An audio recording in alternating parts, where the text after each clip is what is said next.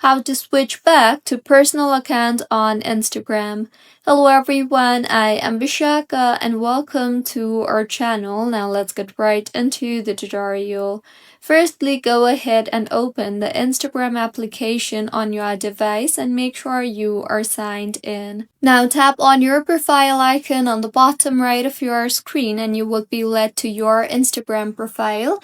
Here, as you can see, I have professional dashboard, which means my professional account is enabled. So in order to switch back to personal account, tap on the three lines on the top right of your screen and scroll down until you see the option for Business Tools and Controls under the For Professionals tab.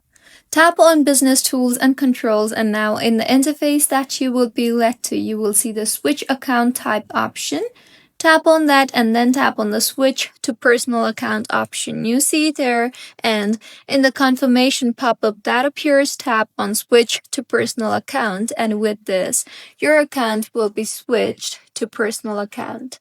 So this is how you can switch back to personal account on Instagram. If you find this tutorial helpful, please like the video and do comment if you have any queries. Also, do subscribe to our channel for more helpful tutorials like this. See you on the next one.